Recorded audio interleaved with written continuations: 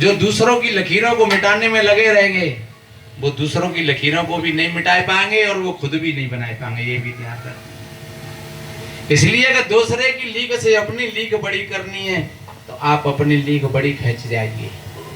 दूसरे की लीक से मत बोलो, अगर दूसरे की लीक से बोलोगे तो तुम दूसरे की लीक में ही उलझ जाओगे, तुम अपनी बड़ी कर नहीं पाओगे और बहु तुम मिटा नहीं पाओगे। इसलिए मेरे बहन भाइयों कहते हैं सांच को आंच नहीं कैसी और रौ डंका की चोट जमाने की ऐसी तैसी। और वो खींचने वाले भी उनका उपकार मानना। क्यों?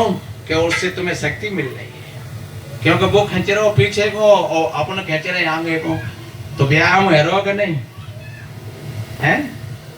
अगर को खींचने वाला नहीं हो तो मैं जानता हूं कि शायद तुम आगे भी नहीं बढ़ पाओ, तुम वहीं बैठ के रह जाओ, क्योंकि तुम शक्ति नहीं लगाओगे। तुम्हें भी यही लगेगा कि चलो पूरा काम है वो, लेकिन जब खींचने वाला पीछे है तो तुम भी अपनी शक्ति बना रहे हो कि चल भैया तू खींच और हम आगे की ओर जाएंगे। तो अगर तुम ठीक हो तो तुम चले जाओगे। कहीं कहीं भाई लोग कहते हैं महाराज बहुत बड़े बड़े आरोप लगाते हैं लोग। मैं कहता हूं आरोप दो तरह का होता है।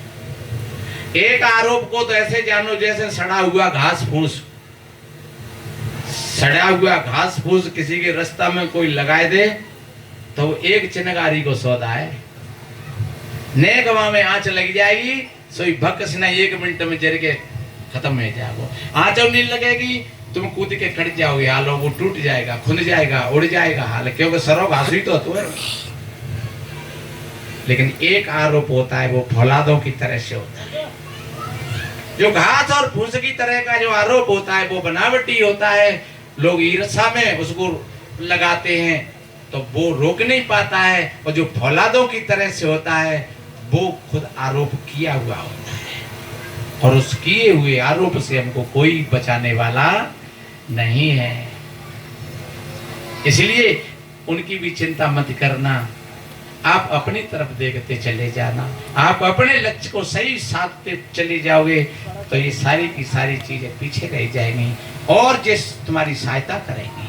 फिर आरोपी भी तुम्हारी सहायता करने लग जाएंगे, वो आरोपी तुम्हारी आत्म शक्ति को जगाएगा। इसलिए उसकी चिंता मत करना, उसका भय भी मत मानना। कहने वाले तो कहते रहते हैं। तो मैंने निवेदन किया कि व्यक्ति कब जागृत होता है?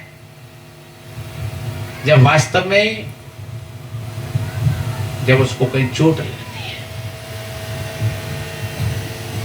बताते हैं एक छोटी सी बात मेरे ध्यान में आ गई है, एक भजन सुनाऊंगा मैं। प्राचीन काल